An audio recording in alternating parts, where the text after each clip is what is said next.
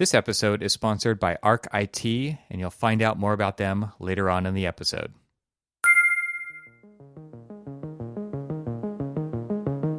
Hi there, I'm Evan Troxell. Welcome to my podcast about how technology is changing the architectural profession. Welcome back to the podcast. My name is Evan Troxell, and the Troxell Podcast is where we explore how technology is changing the profession of architecture. In this episode, I welcome Dr. Daniel Davis. Normally based out of New York, Daniel is a senior researcher at Hassell, focusing on the relationship between people, space, and design technology. Prior to joining Hassell, Daniel was the director of research at WeWork and a research assistant for Antoni Gaudi's Sagrada Familia. If you've never been, you should probably visit because the Sagrada Familia in Barcelona is one of the most amazing buildings I've ever visited, and you might want to visit a WeWork too. Speaking of amazing places, Daniel originally studied architecture in New Zealand and later did a PhD in computational design at RMIT University in Australia. Daniel is a regular columnist for Architect Magazine, and his research has appeared in a variety of publications including Wired, Fast Company, and the Harvard Business Review. I will put links to some of his most recent articles in the show notes for this episode. He's now working in New Zealand during the pandemic and is arguably one of the best places to be for so many reasons, and maybe next time I can fly there and have another great conversation with him in person.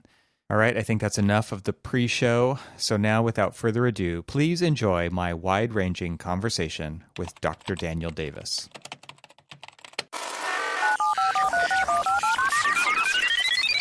Daniel, welcome to the podcast. It's great to have you here and meet you. This is fantastic. Yeah, great to meet you as well. I think last time our paths actually crossed, we were at the Designing Futures Council meeting in La Jolla, where you were on a panel, and I took furious notes during that panel. Who were the other speakers there? Tyler Goss. Yep.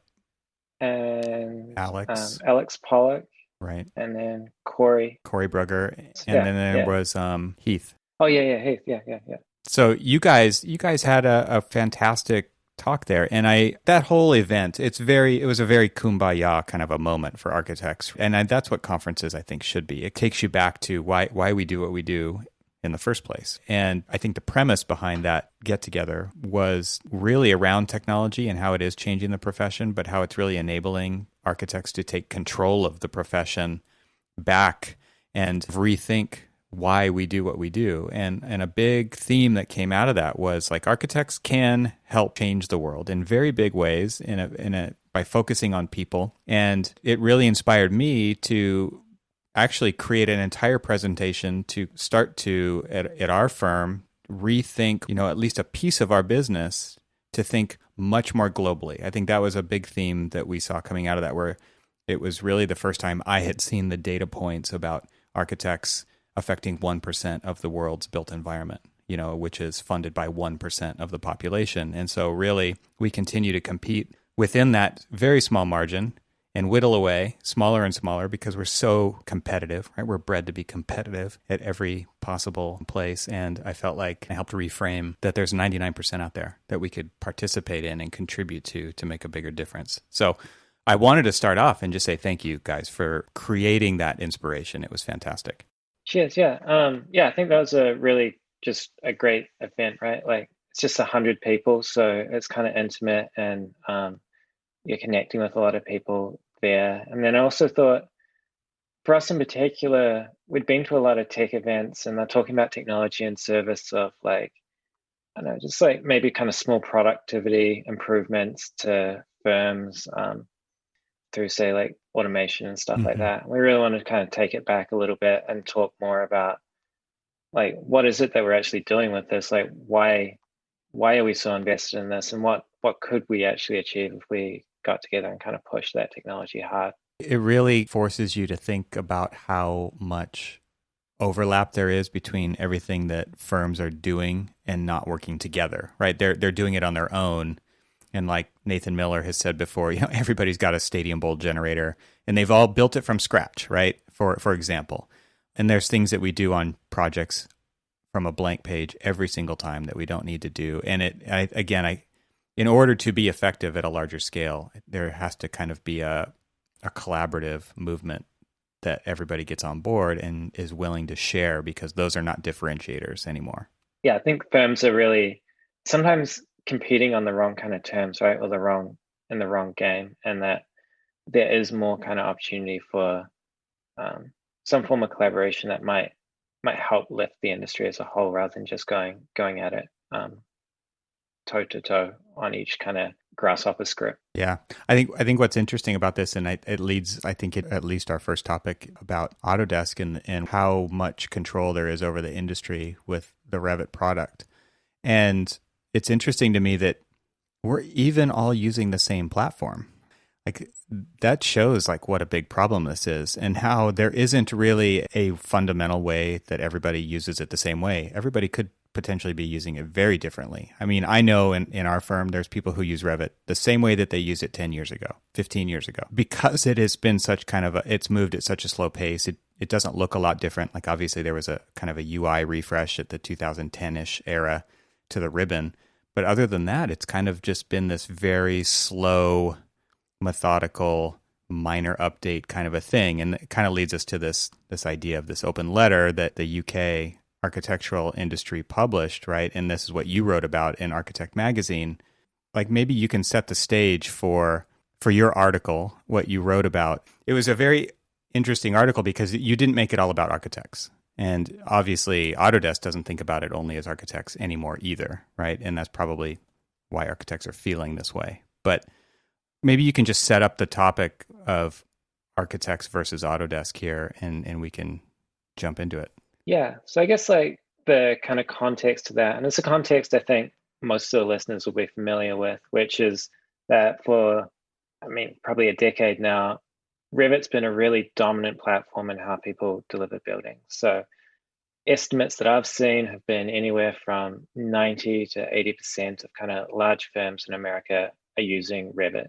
And what in my mind is kind of wild about that is this one piece of software, firms are using it to design single family houses, and they're using it to design skyscrapers, and they're using it to design stadiums, and it kind of does everything, right? And a lot of the kind of complexity of Revit is that people have to go back in and modify Revit so that it does the particular thing that they actually need to do, because it's so general and so broad.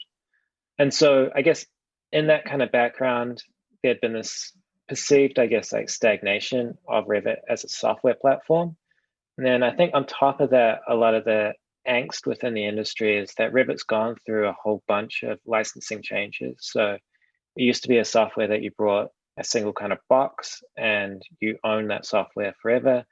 And they've moved into a subscription model, much like Adobe, where you pay for Revit month to month or year to year, and you're kind of locked into that subscription for life, basically. Mm-hmm. And I think on the backs of a lot of that, there'd been this growing frustration within the industry. So certainly people that I've spoken to, like this open letter that came out is not the only letter that's been produced, and it's not the only kind of piece of collective action that architects have tried to take to get Autodesk to listen. But for whatever reason, this particular letter, which was signed by some big firms like Zaha Hadid, it really got a lot of traction. And in the letter, they're basically saying that, you know, Revit's kind of stagnated for a long time. We've gone through all these kind of licensing pain. We need some help here because it's really affecting our businesses. And in my article, I was particularly interested in understanding, there'd been a lot of kind of discussion about what Autodesk could do or what Autodesk should do. And I was more interested in trying to understand, like, from Autodesk's perspective, what is it that they will do? Because those are two different things. Absolutely. I think an appropriate question is, realistically, will Autodesk do anything? They've talked about other alternatives that they're working on for many years now, and they've changed the name almost every year as well. And it kind of keeps people guessing, like, are they really doing anything? Like, what does a name change mean? Does it mean anything? Is that just smoke and mirrors to say, like, something new is coming, and it keeps people guessing?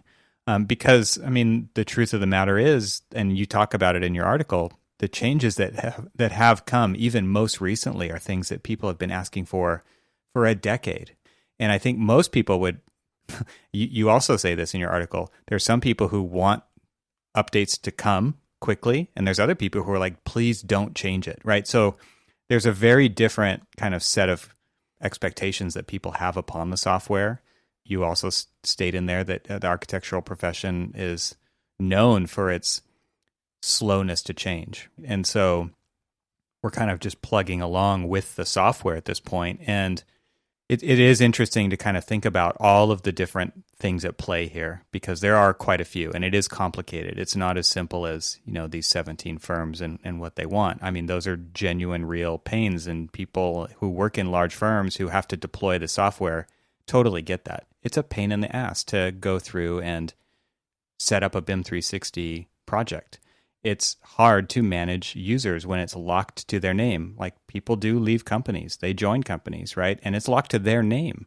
So Autodesk doesn't make that easy. And I think that's part of it, right? It's just people just want things to get easier, and easier does feel like better. And that doesn't really feel like it's happening. And on the other hand, it's like we've got 90% of the market. We actually don't need to change anything. So I think that comes back to the question, like, realistically, what is Autodesk actually going to do? Which is like where you just kind of ended your preamble there to the article.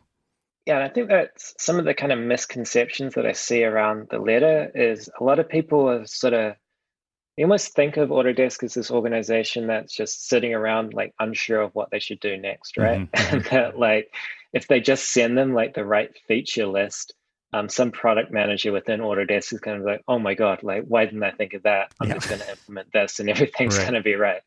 And of course, when you talk to people inside Autodesk, they're smart, intelligent people. They're cranking out a lot of work. They're busy. They have large teams, and they have a priority list that's different to what, say, a BIM manager's, a particular kind of feature list that a BIM manager has. But they're aware of like all these kind of problems and all of these issues. So I think, to me, the kind of question becomes like, if they know of it, like, why haven't they done anything about it? And I think in part it has to do with their kind of market share, that they have like such a dominant position in the industry. They don't really have an incentive to make any major changes because things are going pretty well. And if you're kind of thinking about it from Autodesk perspective, which is, I'm a large tech company, but I need to grow even faster, there's not really much more that you can kind of extract from the architecture market, because you're almost at saturation there. And so for them, I think a lot of their strategy goes into things like the construction market, which is a bigger market and potentially far more valuable. So you can think of the architecture market as almost like their kind of beachhead into that. They need to make sure that architects are happy and satisfied, and that they continue using their product. But I suspect that you'll see them push more and more into this kind of world of construction. I just had a conversation with John Turner from GAFCON, who is a member of the Digital Twin Consortium. And that consortium exists to push BIM further down the road into a long-term relationship with an owner. They really work on the owner's behalf to extract value over decades beyond the delivery of the building. And if I was Autodesk and I can lock in a customer for the next 30 or 40 years, that's something that you really want to be looking at versus an architect who, I mean, obviously the architect's offices are going to continue practicing and continuing to renew their subscriptions, but they are a very small piece of that construction process and lifetime of the building, whether it's the physical lifetime or the technology lifetime of that building as well.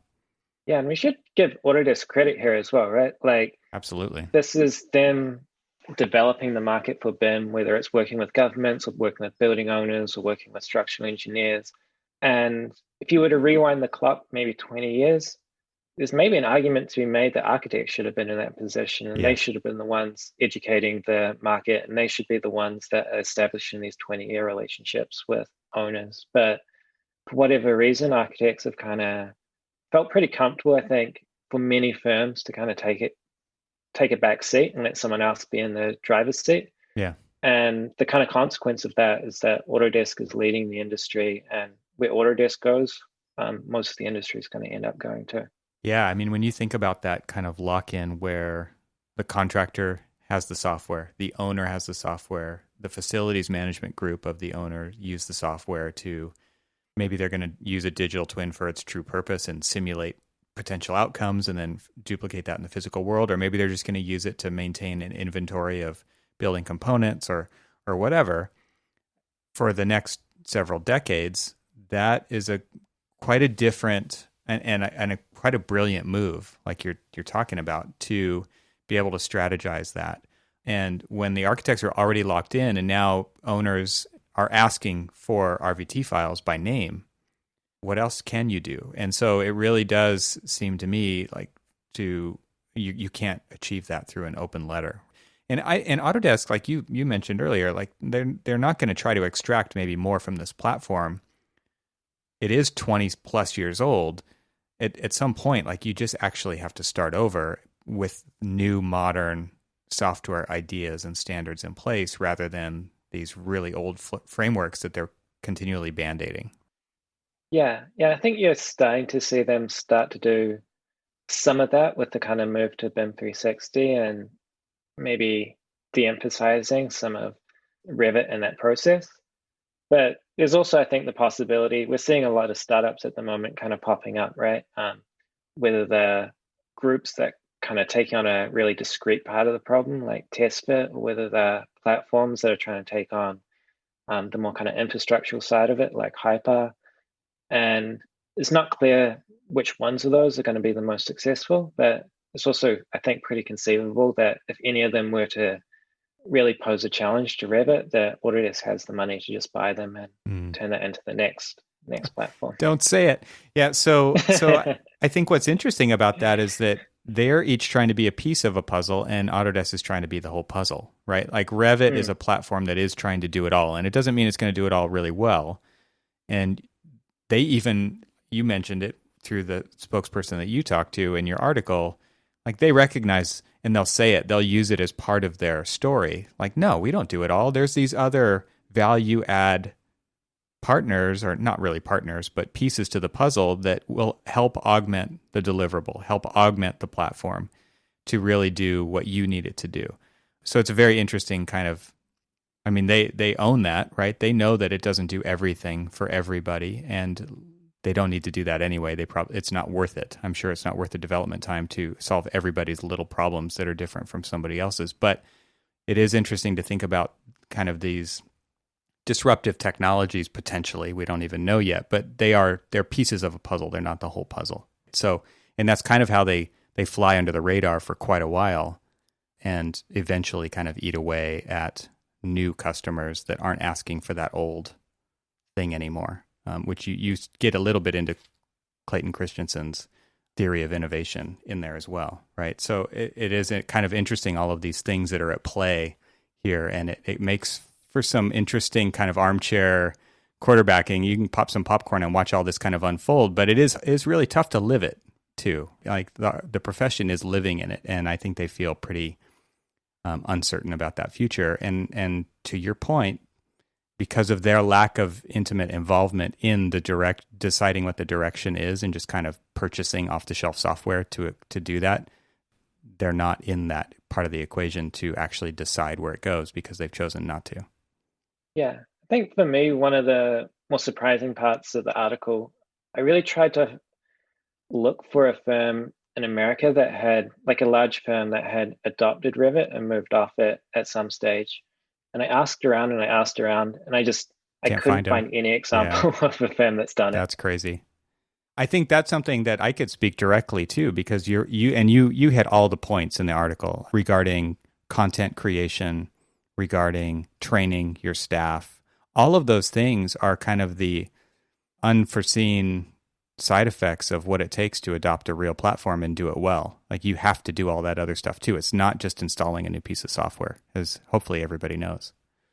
Yeah, for sure. And I could see a future that's sort of like a death by 1,000 paper cuts, right? Where it's like individual or kind of small components are taking on bigger and bigger parts of that core Revit platform. And eventually the Revit platform, maybe it just becomes a documentation tool, maybe it kind of just disappears altogether. But I don't think I couldn't imagine a big firm at the moment not using Revit in I some know. capacity. Yeah. Yeah. Yeah, it goes beyond their own staff too, right? It's all the consultants that are collaborating on the project as well. They're forced to use the same software as the architect. And then the contractor is going to take that and do what they can with it, or, and push it down the line even farther. So you're talking about some major shifts for that to happen. It does seem pretty impossible. And what's interesting to me is I'll see on Twitter when somebody brings up a gripe about Revit, there's always going to be one or two people who are like, use ArchiCAD, right? Just use ArchiCAD. And it's like, yeah, that sounds fantastic. It sounds ideal. It's not going to happen. There are so many things tied to this thread that it's very difficult to move it. Yeah, I spoke to one person for the article that had seriously looked at moving their firm off Revit onto ArchiCAD. And in terms of price, it was a good deal. In terms of like features, it seemed like it was going to work out. But they were just so locked in, particularly with the contracts that they had with their clients, that they couldn't shift off Revit because that would mean losing work, basically. Yeah. Yeah. You mentioned something about BricsCAD. Are there other viable alternatives that you see out there? I mean, we've mentioned ArchiCAD. Obviously, there's Vectorworks, which is kind of like ArchiCAD's little sibling and under the same umbrella of Nemetschek. Yeah, I think there's some of these kind of platforms nibbling around the edges. And then I guess also it's probably worth mentioning that what we're talking about is pretty unique to the United States. So if you go to Japan, or if you go to Europe, or you go to even Australia, the dominant CAD platform isn't always Revit. It may be Vectorworks, or it may be AutoCAD. And so there's this kind of regional geographic differences in which kind of platform is taking off. Yeah. And yeah, I think there may be some of these, they're like viable alternatives, but there's so much kind of lock-in in the industry in the US that it doesn't really seem like any of them are making good inroads. Yeah, interesting. Well, I don't know what the answer is there. It just seems, like I said, just pop some popcorn and watch, because I don't feel like there's much we can do. All you can do is vote with your dollars, right, and go somewhere else. But that takes a lot of work and rolling up the sleeves and getting the hands dirty to make that happen. And the bigger the firm, the harder that is, I'm sure. Yeah, I put in the article, I think like one of the opportunities that architecture firms have is some form of kind of collective negotiation, right? Like we each deal with Autodesk kind of one-on-one right, as an individual firm. And I think of an organization like the AIA, which is back in the day, they were setting prices and stuff like what architects charge. So to me, it's conceivable that an organization like that, if they were to really step up and say that this is an issue that's kind of affecting our constituents, and on behalf of them, we're going to kind of step in and negotiate some of that relationship, maybe they could kind of get some traction. But I think as it kind of stands, everyone's sort of going in a different direction and submitting their own kind of list of features to Autodesk of things that they would like. And then Autodesk is just like picking and choosing which ones kind of make sense. But it's not a coordinated effort to gain back control over what's going on. Yeah, it's interesting to even think about kind of the overall earnings of the software platforms that Autodesk has control of. And I believe last year, AutoCAD was still like 35% of their revenue. Just to give people an idea of, I mean, Revit's going to be around for a very long time. There's going to be new platforms out, at least one, and Revit's still going to be here for a very long time because of that slow adoption curve. And it's just going to be on maintenance mode, if that. Yeah, there'll be some diehard in like 20 years still running like Revit version. Yeah. It is interesting kind of to link this up to the book that you wrote such a great article about, and you kind of provided Cliff's notes on it, Daniel's notes here, on the future of the professions and how Autodesk has become this kind of gatekeeper of how to deliver architecture, right? And the thesis of the future of the professions and why that book has been kind of so widely accepted as an oracle of sorts for technology and how it's affecting this kind of disruption that's happening to the profession, not to the software companies. It's very interesting to kind of think about how Autodesk themselves are this kind of gatekeeper of at least a delivery method, meaning the software, whereas architects are the gatekeeper of how to get buildings, right? And they kind of are on the same playing field then at that point. Yeah, you could almost say that they're on the same team, I think, in that if to just step back, the kind of future of the professions is looking at like what might happen, not just to the architecture profession, but to all professions, whether that's kind of medical or teachers or whatever.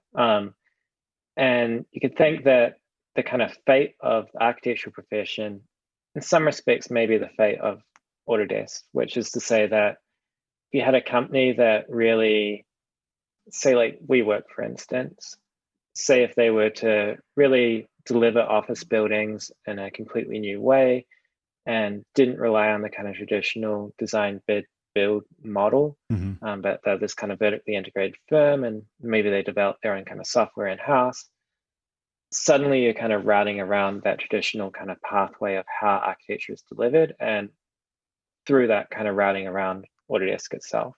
Yeah, it's interesting to think of. I mean, that book really spells out something that, again, people should pay really close attention to, right? And I think that that's hard for most architects because they're so busy. It is a very hard job. It is a tough profession to work within.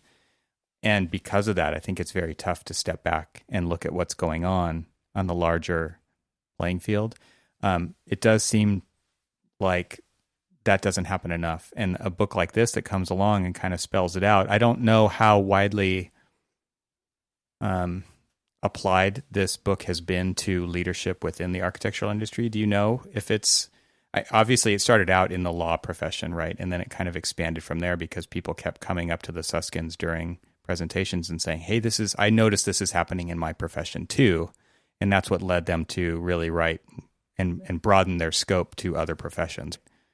Yeah. I've been surprised when I kind of interview people for my writing and stuff, how often this book comes up. Like, it seems like the sort of thing that a lot of people have read and maybe they aren't talking about it as much, but I think a lot of people in the industry have taken it on and understand kind of what's going on in there. And from my point of view, the kind of successful aspect of the book is that we talk about architecture so much and about the future of our profession, but most of the time we're kind of just looking at what like avant-garde architecture firms are doing and sort of saying that where they are in 10 years or 15 years time, the rest of us are just going to kind of catch up. And what this book does is it looks at not just architecture firms, but like you're saying, like legal firms or doctors and stuff like that. It's saying that basically all these kind of organizations have the same kind of situation, that they deliver basically the same service in the same manner, but it's a slightly different kind of outcome. And that the challenges that they're facing in their profession kind of mirror or parallel a lot of the challenges that other professionals are facing in their situation. And that where, say, the legal profession goes is perhaps a better indicator of where the kind of architectural profession will go than what a leading architecture practice is doing right now. So what kind of examples would you attribute to kind of some of the potential outcomes that this book is predicting? It seems to me like some of the ones you mentioned earlier, like high power, test fit, upcodes.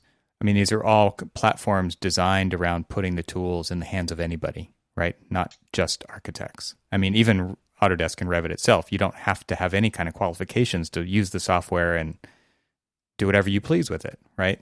So it is kind of interesting to think about how these are all tools that have that similarity and how they are all, as they say, disintermediating the gatekeeper. They are doing the runaround, right?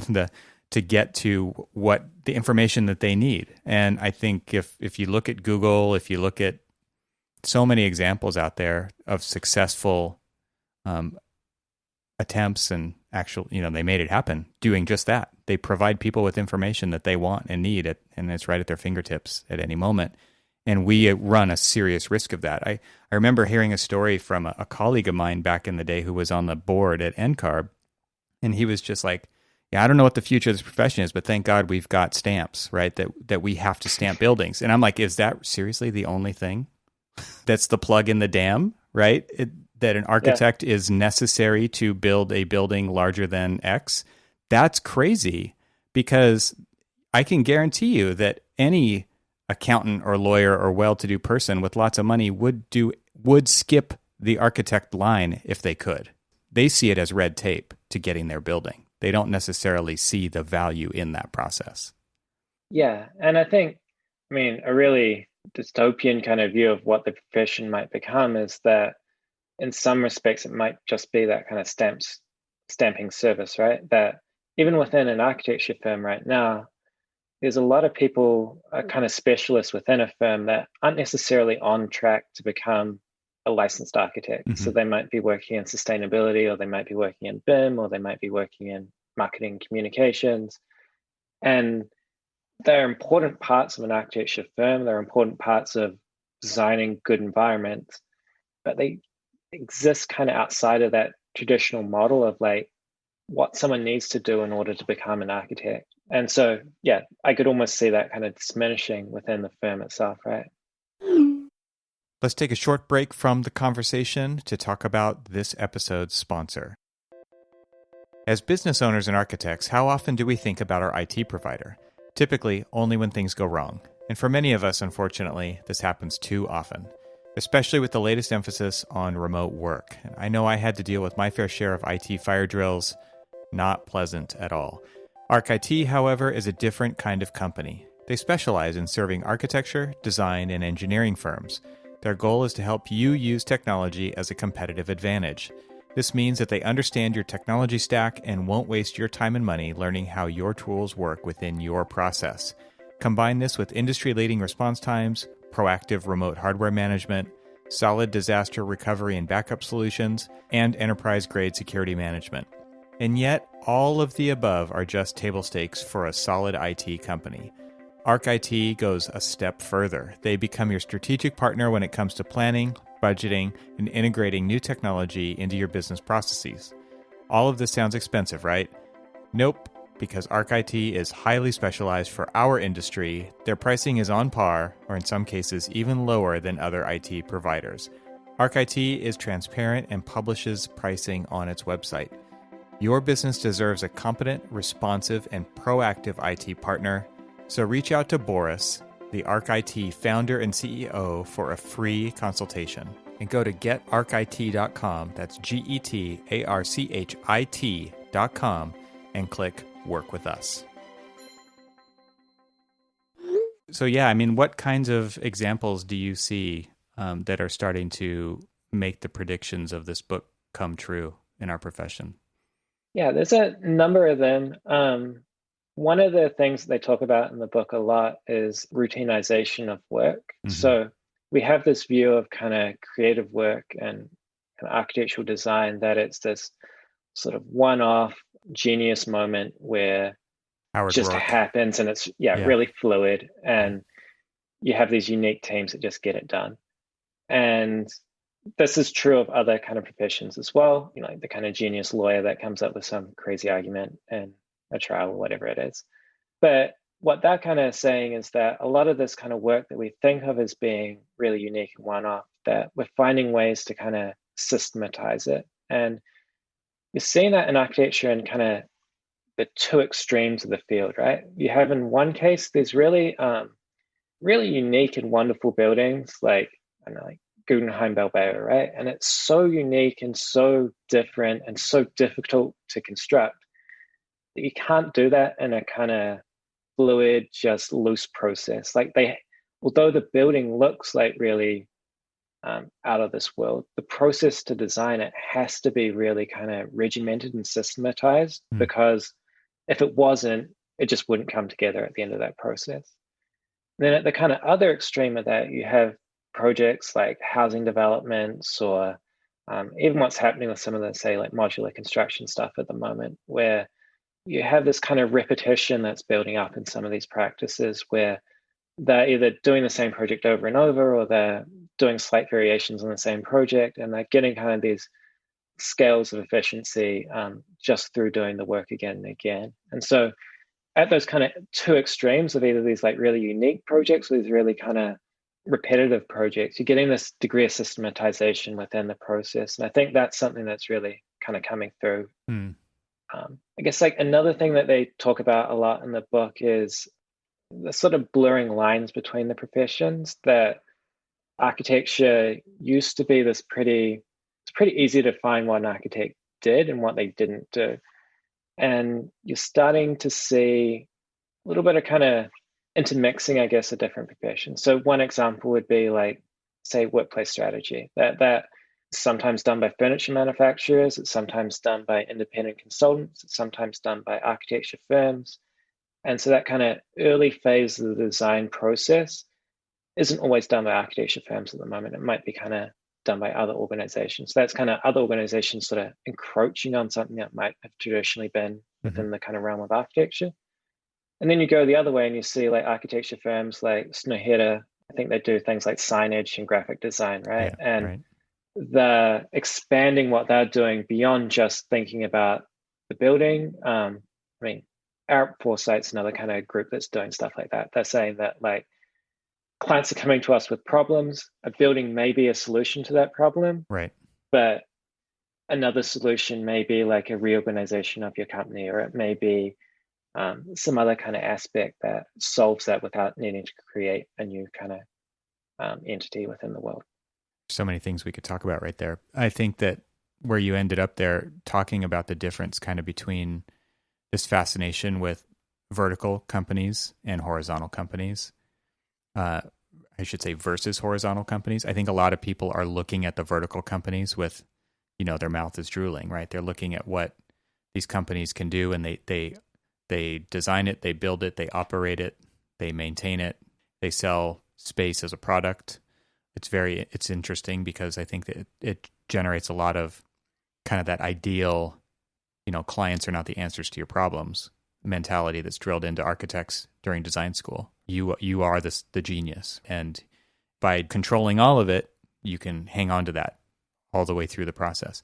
Versus companies like what you're talking about with Snohetta and going horizontal and saying, or Arup and saying, the answer may not be a building. It might be a user experience package. It might be a layer of environmental design. It might be any number of things. And they're like the one-stop shop to provide the total experience. If it is a piece of architecture, they're going to do all of the things, right? Those are two very different models. And it's interesting to me to think of like the way technology is coming into this. It does seem to play well for the verticals, especially if they're willing to take it upon themselves to, like a visual effects house would. We're going to use a platform, but we're going to customize 90% of it to do what we need it to do. And they're just going to use it as kind of this skeleton framework and then customize everything. Whereas these other horizontal companies are just like, every piece of software is a piece to the puzzle, and we're going to use every project is going to use a different set of puzzle pieces to put it together. Two completely different scenarios there. Do you have any thoughts about kind of that, differentiating yourself either way and where you kind of see things going? Because going back to your initial thought there about systematizing architecture versus the bespoke building, there's a lot less bespoke buildings needed in the world than there is systematized architecture. But a lot of architects just focus on the bespoke part.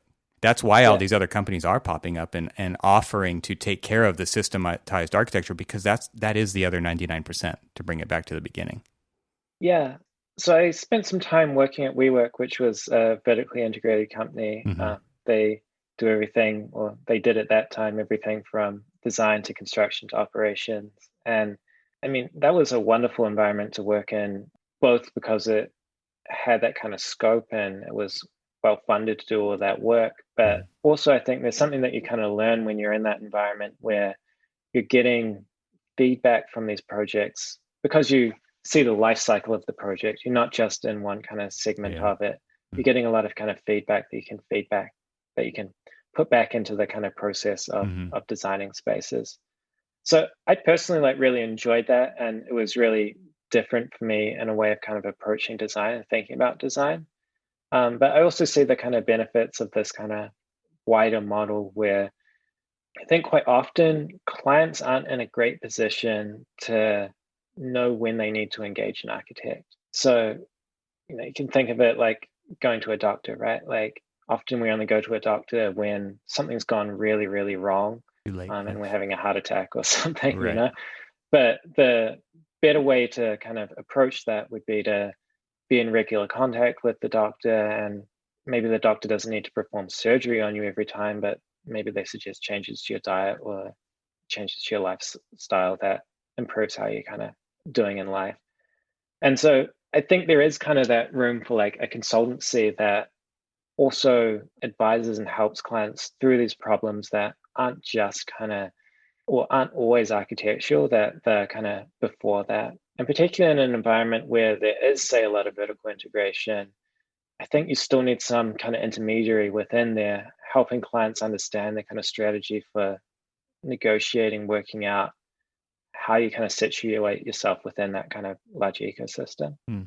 Yeah, the term that I've heard used for that is solutions provider, right? Like you don't necessarily always hone in, again, to go back to what we talked about earlier, that the solution is a building. It's an option. I mean, it is something we have expertise with, but it might not be the answer. Like you said, it might be just maybe we identify a bottleneck in your existing building that can be reconfigured and everything works much better than it does now. And it is kind of interesting to think about it that way, because I think a lot of clients do come to architects thinking the answer is a building. And by then it's kind of like the architect's ready to do that. Sure. Right. It's not necessarily like they're going to say, you really don't need this. I think that's also a tide that I'm seeing start to shift with. There does seem to be a higher level of kind of citizenship, and I think we're really feeling it now with COVID-19, where there's a lot of empty buildings, right? So the answer is almost definitely, I shouldn't say that, but you know what I mean? It's just like there's so many empty buildings. Why is the answer a new building? So I think that there's a lot of struggle, but also a lot of kind of scrutiny being placed on that right now, and I'm hoping that people who are kind of working in this technology side of things are working on that side of it as well, that the answer is not always a new building, and they really are thinking about reuse and restructuring and reorganization and really being sustainable about that kind of thing. That was all over the place. I apologize for that. It's just kind of stream of consciousness thinking, but it does seem like I'm starting to see some changes in the thinking behind that at a lot of firms, a lot of people. Yeah, I think I'd have been kind of Frank Duffy saying that the profession's kind of predisposed to, or addicted almost to, like designing buildings, and that is not necessarily the kind of way forward always. I mean, to be honest, like a company like WeWork, it's got its flaws, but I think one of the kind of more interesting aspects of it is that it is this adaptive reuse of office space. It's often overlooked in a city. It wasn't A-class kind of office space. It was often B or C. And by putting the right kind of design tools in there, and often it was kind of the technology that drove that, right? Like being able to do things like laser scan these buildings that were not always square and orthogonal. Right. Overcame a lot of the kind of trickiness of needing to renovate those spaces and allowed that kind of adaptive reuse of these old spaces. Yeah, that's a fascinating topic in itself. I went to an Autodesk University talk that was led by the scanning team at WeWork, and they were talking about how they had scanned a floor of a building. I think it was like the second floor of a building in New York to put a WeWork in it, and they realized that the floor was about 2 feet off, 2 feet lower elevation on one end of the building than the other. And it was just a slope. It was just a ramped slope the whole way. But you couldn't really perceive it because the floor plate was so large. And they scanned it and they were like, is this real? And what they found out by digging into the history of the building was that was a slaughterhouse. And the floor was sloped for the blood of the pigs to drain out the side of the building. Like crazy stuff, right? And so to speak to your point about how like they're doing this adaptive reuse and realizing that in order to not have those changes happen during construction, when they're very expensive, they wanted to figure all that out up front so that no matter what space they went into, realizing that they were going to do a particular type of configuration, it made sense to have all that information up front. And it's just kind of an interesting way to think about it from a completely different angle, because I think a lot of times architects walk in and the schedule is so tight and the budget is so tight and it's low bid and it's this and that, they're competing and less time on the job is better and all these things. we don't even look up to notice stuff like that. And then it does really, truly bite you later. So it's kind of an interesting kind of twist on that whole thing where it came, I don't know, did WeWork come from, it basically came from outside the architectural industry. And it was, it's like this new layer of application using technology to cut out a bunch of that inefficiency and late adds of cost. Yeah, one of the co-founders of WeWork, Miguel, was an architect, and he was responsible for a lot of the kind of early stage design. Okay. But yeah, it never operated in a kind of traditional Yeah. architectural model. Yeah. Yeah. Yeah, and I guess going back to the kind of the future of the professions there, I mean, the Suskind's make this interesting observation at the end of their book where they're kind of talking about the way that the professions may evolve. And they kind of make this case that there's sort of going to be these two paths for a while. That in one path, there's like a future where the professions are using technology to make themselves more efficient. They're becoming more routine. They're finding ways to kind of standardize their process, and they're getting better and better and more efficient. Right. And then there's this other kind of path where there's these other entities that aren't even on that kind of professional track at all, and are delivering the same service, but just in a completely different way.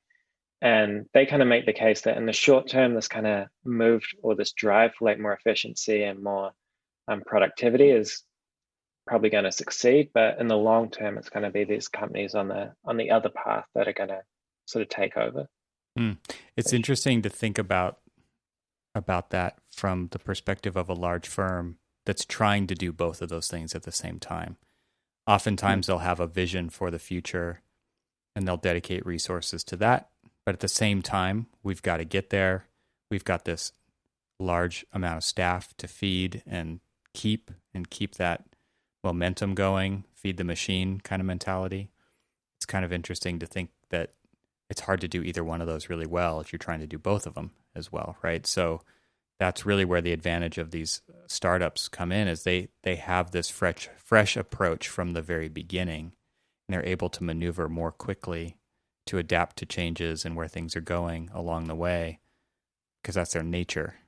Yeah, and I think when you look at architecture firms that have tried to do things like launch products rather than just sell services, it's really difficult for them because they're used to accounting for their time as like putting a cost against that, right? And the idea that you would maybe put up a lot of time and not see any return on that investment, and maybe only in a couple of years when things kind of take off, it's quite hard for them to kind of overcome that bridge. And then I think the other kind of aspect of that, which kind of feeds into a lot of what we've been talking about in some ways, just the amount of money that's flowing into the industry right now from entities that aren't architecture firms that are going after this.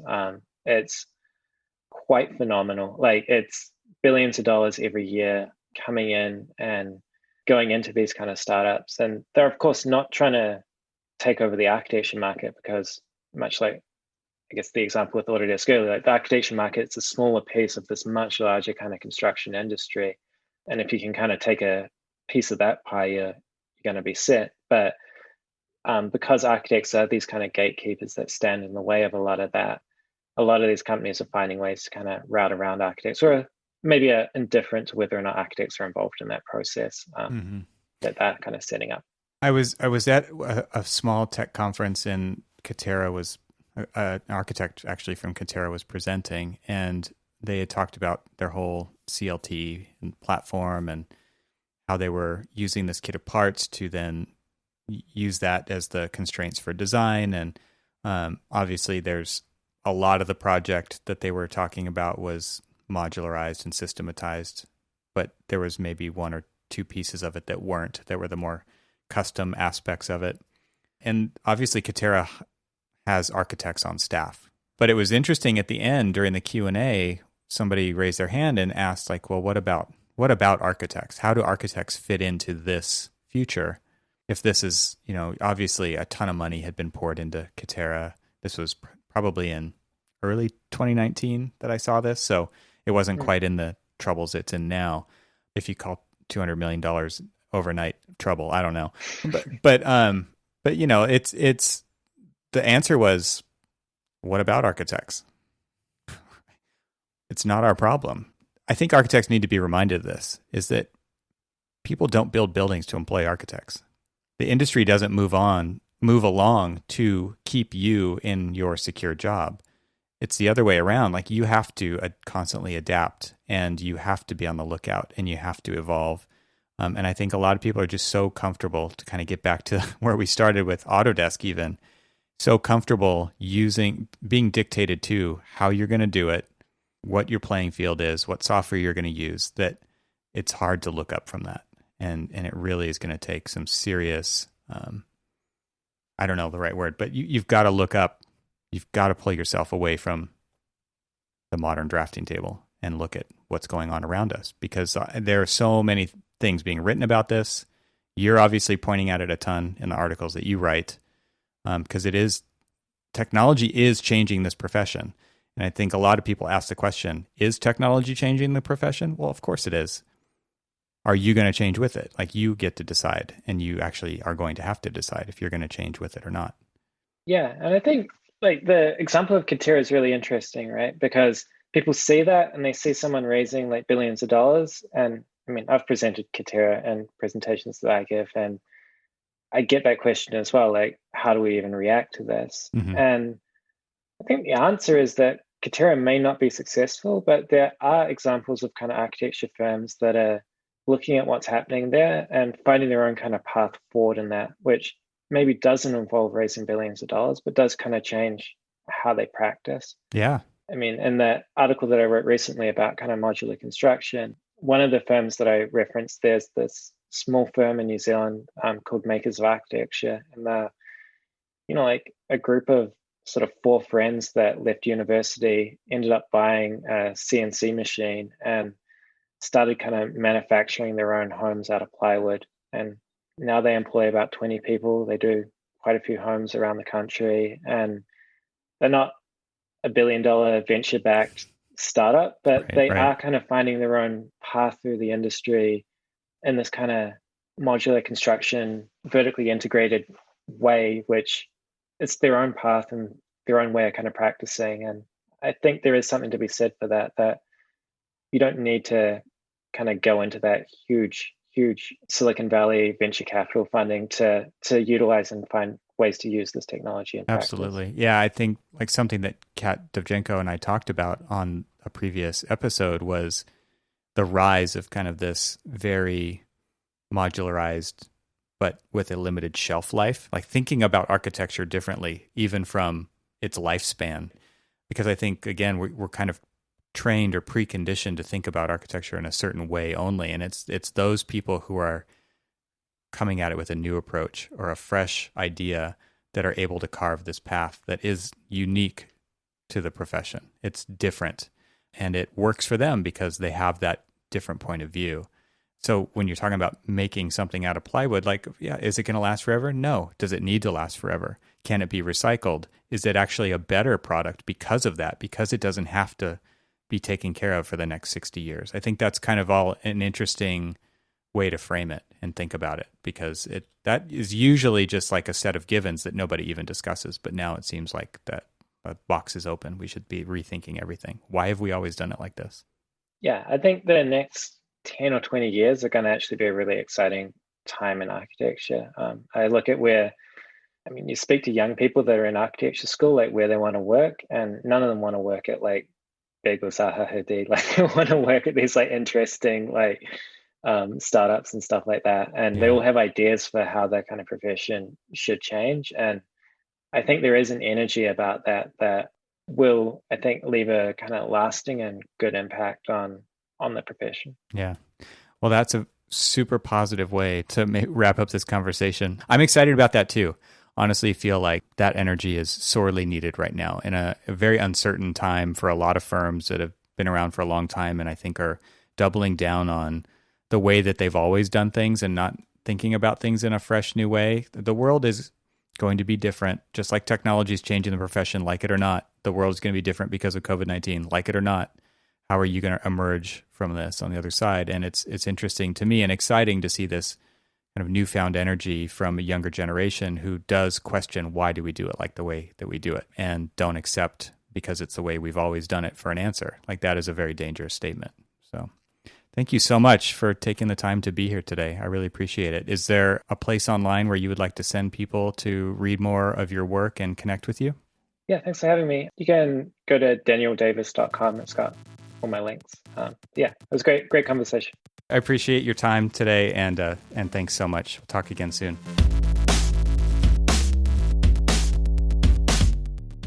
Thanks for listening to the Troxel Podcast, and once again, I would like to thank Arc IT for sponsoring this episode. Visit their website at getarchit, that's getarchit.com.